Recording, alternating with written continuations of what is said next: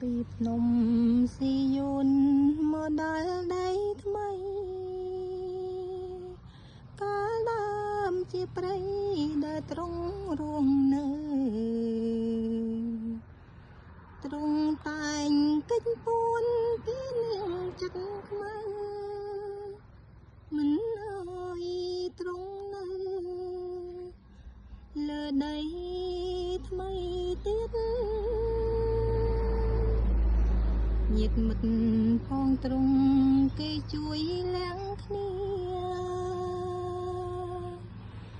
អារាំងចិត្តមីវាគ្មានអាណិតទ្រង់ស្រឡាញ់មនុស្សចេញពីត្រង់ពិតស្រឡាញ់ពេញចិត្តគឺជា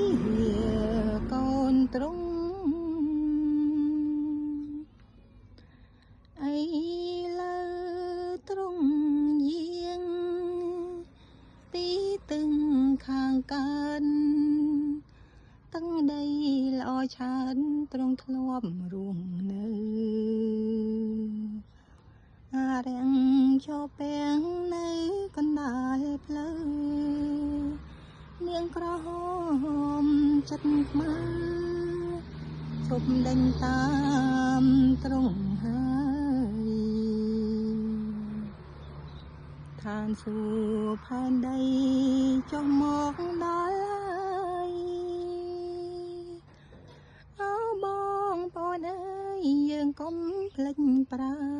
ណយើងជាកូនព្រះកុំអង្សងខំ